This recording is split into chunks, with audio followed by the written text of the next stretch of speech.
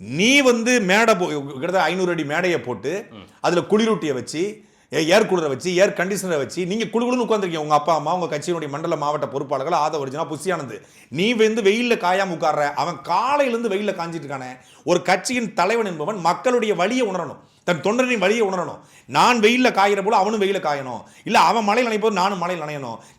நான் வந்து குளிரூட்டப்பட்ட மூடப்பட்ட கூரை வேயப்பட்ட மேடையில் இருக்கேன்னா அவனுக்கும் கூரை வேஞ்சிருக்கணும். இப்ப திமுக அதிமுக மாநாடு போடுது, இது 100 கோடி செலவு பண்றதா சொல்றாங்க. இந்த 100 கோடியில் இன்னொரு 10 கோடியை கொடுத்திருந்தா ஒரு கூரையை போட்டிருப்பாங்க. நீங்க திரண்டது அதிகபட்சமாக 75 இருந்து 1 லட்சம் பேர் திரண்டதாக சொல்றாங்க. 5 லட்சம் பேருக்கு மேல இருக்குன்ற மாதிரி வாய்ப்பே கிடையாது.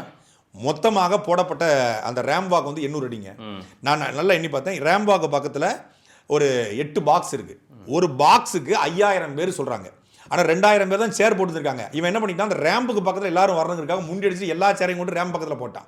ஒரு பாக்ஸுக்கு 5000 பேர், மொத்தம் 8 பாக்ஸ் கணக்கு பண்ணிக்கோங்க எவ்வளவு வருது. 8 40 40,000 பேர் தான் ரேம்ப் பக்கத்துல. அப்புறம் கொஞ்சம் கொஞ்சம் சொற்பமா மொத்தம் சேர்த்தீங்கன்னா வெளியே நின்னது வந்துகிட்டு இருந்து போனது வந்து 1 லட்சம் பேர் தான் அதிகபட்ச க்ரௌடா இருக்கும். தாவேக்காவுடைய விக்கிரவாண்டி மாநாட்டோட ஒப்பிடும்போது 20 விழுக்காடு கூட்டம் கூட வரல. ஏன்னா என்ன நடத்த போறாருன்னு தெரிஞ்சு பாட்டு போடுவாரு, ஒரு மணி நேரம் பேசுவாரு, இதுதான் நடக்க போகுது. அதுல பார்க்க முடியாதவங்க பக்கத்துல வந்து பார்த்திருக்கான், பார்த்தவன் கிளம்பிட்டான், அவ்வளவுதான். நீங்க உங்களுடைய பார்வையை மட்டும் சொல்றீங்க. அங்க நடந்தது வந்து ஒரு கட்சி மாநாடு, சரிங்களா?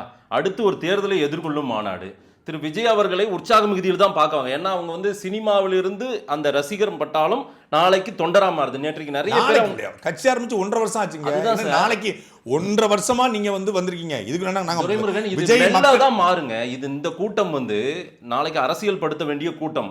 அதுக்காக தயார். அரசியல் வரைக்கும் படுத்தப்படல. ஒரு நாளும் கத்துக்கிறாங்க.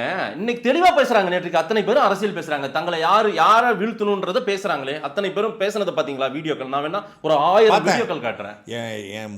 என் ஹஸ்பண்டை விட எனக்கு விஜய் மாமாவை தான் ரொம்ப பிடிக்கும் அப்படிங்கிறத பார்த்தேன்.